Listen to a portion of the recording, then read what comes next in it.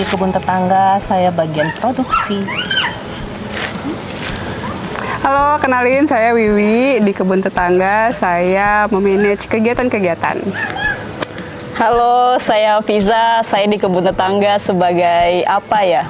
Apa saya di kebun Apa ya? tetangga? Konten kali ya? Saya lebih ke produksi konten, terus juga yang apa ya? Mungkin yang mengembangkan ide-ide kreatif di kebun tetangga. Kemarin banyak sekali, cuman kan matahari sifatnya dia cuma satu kali toh. Oh begitu, ini matahari satu kali gitu.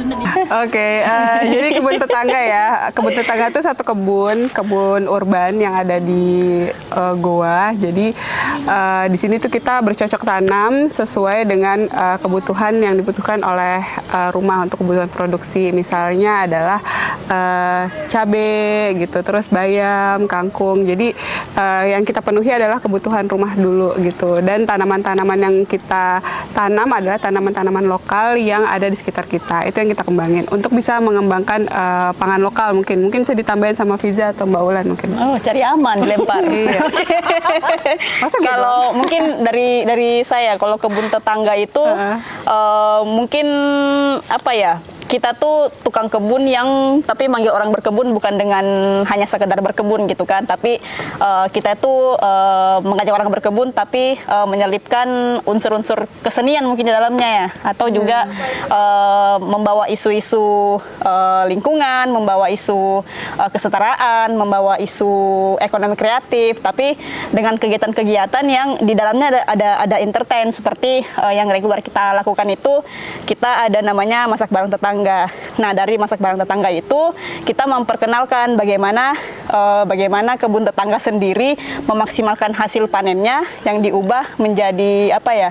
Menjadi produk, menjadi olahan gitu kan, dan dari kegiatan kebun masak bareng tetangga itu kita juga berbicara ya lewat sindrili itu bagaimana kesamaan pola menjaga alam leluhur kita dan apa yang kita lakukan hari ini.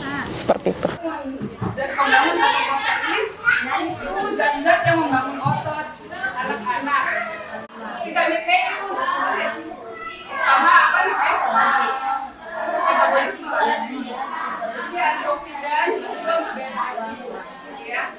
Sama kalau pula ada yang namanya vitamin K itu untuk Oke, menurut saya kebun tetangga itu membuka ruang untuk belajar bersama di kebun tetangga, entah itu dari berkebun, seperti membuka volunteer bagi teman-teman yang mau belajar bersama untuk berkebun. Itu kebun tetangga.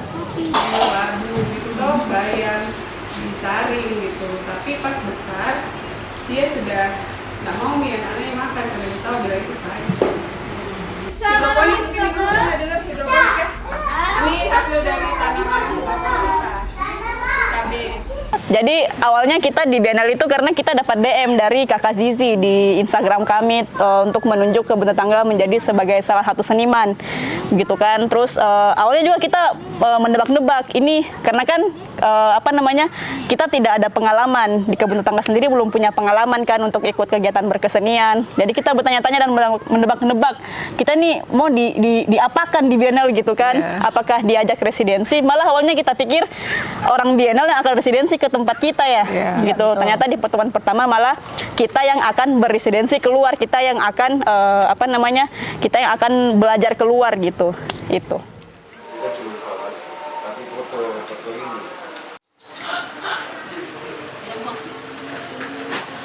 Proses awalnya ya, jadi proses awalnya kan kita diarahin sama teman-teman dari Makassar Bienal itu untuk ke daerah pesisir di daerah sekitar Lete dan Mariso.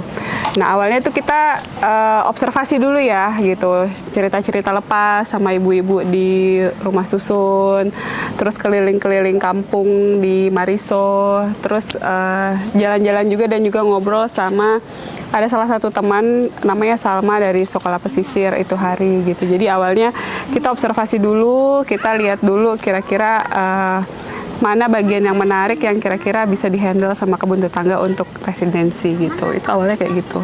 Ya. Terus iya, jadi awalnya itu kita bahkan apa ya, malah jauh sekali dari konsep pertama yang terpikir kan. Iya, Pas jauh kita kali pertama residensi begitu kan. Iya. Yang tadinya kita main ke rusun, main ke beberapa RT yang dijadikan lorong wisata. Lorong wisata. Begitu kan. Baru setelah kita bertemu Salma itu, terus bahkan Salma itu kita tidak kenal dengan Salma sebelumnya. Terus dari ngobrol dengan Salma, dengan guru-guru, baru akhirnya agak mengubah dan mengarahkan kita ke konsep yang berbeda ya. Akhirnya kita membawa salah satu entertain kami, kegiatan kami di kebun. Kayak gitu, selain berkebun ya di luar itu. Cuci tangan, tapi sambil nyanyi kereta api dan bikin kereta. Ayo kita berdiri dulu sama-sama. Nggak ada yang ini, nggak ada bentuk lain. Kita bikin kereta, bagaimana bikin kereta? Karena di kebun itu ada kegiatan masak bareng tetangga. Nah, di situ kami ambil kira-kira berarti kayaknya cocok nih untuk masak bareng ibu-ibu dulu. Kan kita harus bagaimana kita menemukan polanya dulu ya. Yang ngajak ibu-ibu aja, ibu-ibu khususnya di sekolah pesisir gitu. Seperti itu, masak bareng ibu-ibu. Jadi diubah bareng tetangga ibu-ibu. Iya. Masak-masak itu sebenarnya adalah salah satu pintu gitu ya untuk membuka komunikasi kita tentang ibu-ibu, karena pada saat itu kita tertarik sama salah satu kegiatan di sekolah yang mereka harus bawa bekal dari rumah dan nggak boleh bawa ciki-cikian, nggak boleh bawa jajan-jajanan gitu. Nah, untuk mengulik itu semua, kita menginisiasi seperti yang tadi Mbak Wulan bilang, masak-masak bareng ibu-ibu dan makan-makan gitu. Sebenarnya masak-masak itu malah salah satu metode pendekatan tadi. Jadi kita bikin semacam FGD lah dengan ibu-ibu, tapi FGD-nya bukan diskusi dalam artian kita duduk bersama, tapi ya karena itu kita punya kegiatan masak bareng dan kita percaya komunikasi terbaik itu ada di meja makan. Jadi ya sudah, kita bikin masak bareng, tapi sebenarnya itu adalah teknik kami untuk mengulik informasi ke ibu-ibu, dan pas kita FGD itu banyak sekali info-info baru ya yang kita dapat. Nah, bahkan FGD itu yang mengarahkan kami ke ide karya kita gitu. Seperti masak bareng lagi tapi untuk bekal anak-anak. Nah, masak Tapi ternyata banyak banget di sekitar kita hal-hal yang bisa dimakan gitu. Kenapa makanan? Karena itu tadi kan kita kan mencari temuan kan. Ketika pertama kali diminta menjadi seniman, tentu biar membuat karya kita harus mencari temuan. Nah, dari beberapa kali residensi, kemudian kita mendapatkan temuan, yaitu konsumsi. Gitu kan. Nah, dari konsumsi itu kita bisa juga melihat ternyata ada beberapa dampak-dampak yang mungkin orang tidak sadar gitu kan, kalau tidak dilihat langsung gitu kan. Nah, dari makanan ini karena kan daerah residensinya itu pesisir, sedangkan mungkin kalau pesisir siapapun yang ditanya pasti yang terpikirkan adalah ikan atau makanan hasil olahan laut begitu kan.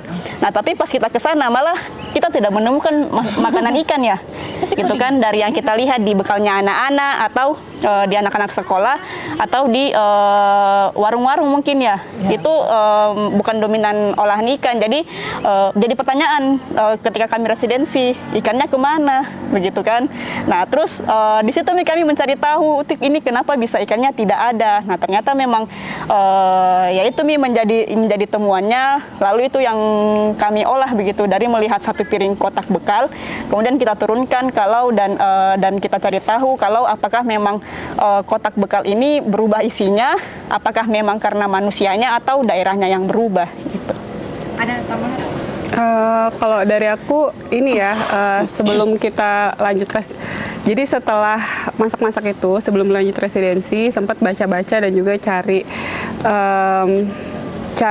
gitu tentang pola makan gitu, dan juga bagaimana sih sekolah pesisir itu gitu. Nah, dari situ tuh dapat bahwa tahun 2021 sekolah pesisir pernah ngadain penelitian tentang sampah dan juga tentang seperti pola hidup masyarakat di Mariso gitu. Nah, dari situ mereka punya statement kalau ada perubahan pola konsumsi yang terjadi ketika dari yang tadinya di sekitarnya adalah empang dan laut gitu, tapi sekarang berubah menjadi tanah reklamasi dan berubah menjadi kota baru gitu, seperti itu. Jadi ada perubahan pola hidup. Pagi-pagi yang tadinya mereka nggak perlu bekerja gitu karena tuntutan kehidupan, mereka harus jam 8 udah berangkat, pulang jam 5 gitu. Jadi anaknya misalnya dijaga sama orang lain gitu, dia nggak bisa nuntut untuk bisa ngasih makanan yang bergizi, yang instan aja, yang penting kenyang misalnya gitu. Seperti itu sih.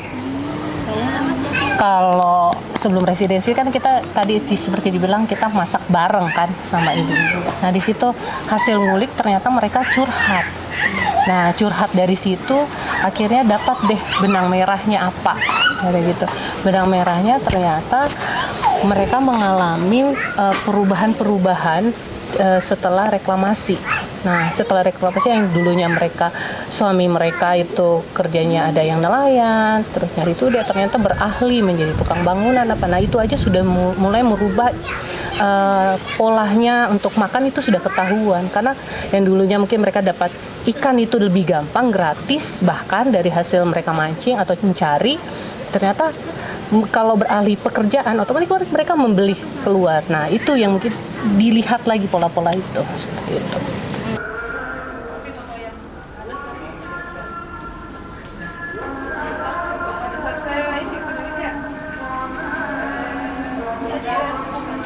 Di situ terus mereka yang berusaha mengawetkan segala macam, jadi kayak juragan jadinya di situ bawa ini. Jadi setelah residensi itu kan kita akhirnya menentukan bagaimana modelnya di instalasi toh. Nah itu kita juga brainstorming dengan tim MB gitu kan. Terus dari kami sih kasih kita juga otoritan kita begitu kan, kayak kita menggambarkan bagaimana situasi rumah ibu-ibunya. Jadi kita menampilkan akar masalahnya gitu kan. Karena salah satu kegiatan residensi kami itu juga kami berkunjung ke rumah-rumahnya mereka, melihat dapurnya mereka seperti apa. Jadi kami mau menggambarkan bentuk dapur mereka menjadi yang mungkin salah satu penyebab dari berubahnya ini isi kotak bekal begitu kan. Nah, gantungan-gantungan itu sebenarnya adalah posisi-posisi juga panci, sudah dan lain-lain itu memang menggantung di rumah mereka karena rumah mereka itu banjir ya. Kalau tidak pagi pasti sore banjir walaupun tidak hujan. Jadi tidak ada yang permanen di rumahnya mereka. Sama dengan model instalasi kita kan, ada yang di atas, terus yang di bawahnya itu piring anak-anak, itu artwork yang dibikin sama anak-anak. Itu sebenarnya kami mengarahkan. Jadi arahannya adalah ketika mereka untuk membuat artwork itu, kami cuma bilang bagaimana kotak bekal kalian isinya begitu kan, dengan memberikan warna, karena secara bentuk mereka belum bisa menggambar bentuk gitu kan. Dan dari artwork itu kita lihat kalau warnanya tidak beragam gitu kan, rata-rata hanya punya 3 sampai 4 warna, bahkan kita tidak menemui warna hijau gitu kan, karena ya memang di memori mereka tidak terekam makan tidak terekam makan sayur begitu kan. Terus yang foto itu apa ya ceritanya ya fotonya ya? Itu jadi foto itu sebenarnya di residensi itu kan kita berproses ya. Sempat juga setelah masak-masak kita ngajak ibu-ibu untuk bikin kelas bekal sehat gitu, sama sedikit edukasi gizi. Nah setelah itu sekitar 2 atau 3 hari kemudian itu kita ngadain kerja sama sekolah juga ngadain lomba bekal sehat gitu. Dengan kriteria bekalnya harus ada 3 warna gitu ya, ada sayurnya, terus nggak boleh pakai perasa, micin gitu. Terus habis itu porsinya harus sesuai dengan anak-anak, jadi dipastikan bekalnya itu habis gitu pas dimakan. Itu jadi artwork yang ada di yang kemarin itu adalah hasil foto dari lomba 17 Agustus. Yes. Ya, itu Artwork itu artwork lagi apa yang foto itu tuh menggambarkan dengan tema menu seimbang. Gitu, menu seimbang yang diterapkan oleh Kementerian Kesehatan yang dulunya kami mengenal waktu kecil ada 4 sehat 5 sempurna, sekarang diubah menjadi menu seimbang. Nah, isi piringku. Menu seimbang yaitu isi piringku. Tuh.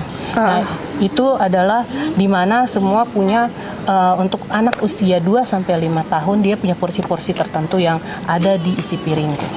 Terus jadi modal instalasinya itu kan ada 3 unsur, yaitu ada yang menggantung, ada yang artwork, dan juga ada yang foto. Itu sebenarnya menggambarkan dari sebab, akibat, dan juga hasil temuannya. Ya, kalau dari aku ini ya, apa namanya, bekal anak-anak itu unik ya, gitu.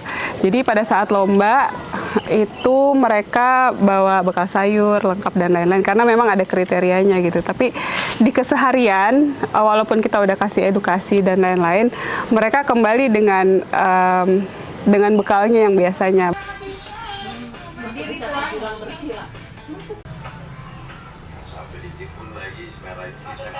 Jadi bekal yang biasanya itu adalah nasi kuning, nasi dan telur gitu. Tapi menurut kami itu perlu diapresiasi gitu ya, perjalanan sampai ke situ, karena itu perjalanannya panjang.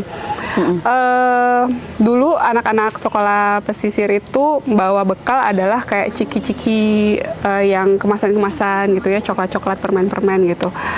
Sampai akhirnya mereka bikin satu program tentang buah-buahan dan sayur-sayuran. Jadi 2 minggu sekali mereka makan buah gitu dan sayur-sayuran. Nah, dari situ anaknya akhirnya bisa mempengaruhi orang tuanya untuk beli buah ataupun beli sayur di rumah gitu. Jadi apa yang mereka bawa ke sekolah adalah bekal terbaik yang bisa mereka kasih untuk anaknya dan gizi terbaik gitu sih yang kita dapetin dari sana. Apresiasi ke ibu-ibu. Thank you. Di sekolah terus masuk ke sini. Nah, berarti secara tidak sengaja kita membawa orang untuk berdiri di sini kan, karena di sini disekat.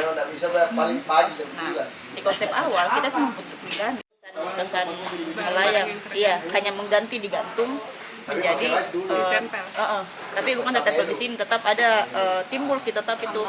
Kalau saya mungkin karena kemarin 1 bulan selama residensi kita fokus sekali ke kotak bekal ya. Terus sekarang yang dulu kayaknya sebelum kita residensi saya kalau isi kotak bekal juga ngasal gitu kan, sekarang kayak lebih saya perhatikan juga kotak bekalku. Ada warnanya kagak ya? Iya, cukup tidak ya sesuai yang kemarin kita sampaikan atau kita alami di sekolah toh.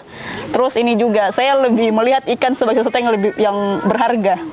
Karena dulu kayaknya yang kita lihat di sana gitu kan, mereka malah yang paling dekat sama ikan, harusnya malah mereka konsumsi yang mereka sendiri bukan ikan gitu kan. Jadi sekarang kalau lihat ikan itu kayak sayang Ki. Kayak bukan. Tapi sebenarnya lihat sih dari begini. Atau kalau sini pokano. Apa di sini? Piring di sini. Piring yang anunya Nana. Oke. Makassar sebenarnya pertama mungkin karena kami kaget kan, kami kan bukan seniman begitu kan. Terus seniman, kita tidak. Ya kan ini kebun tetangga, bukan saya pribadi. Anggaplah saya bukan seniman. Ulang. Seniman.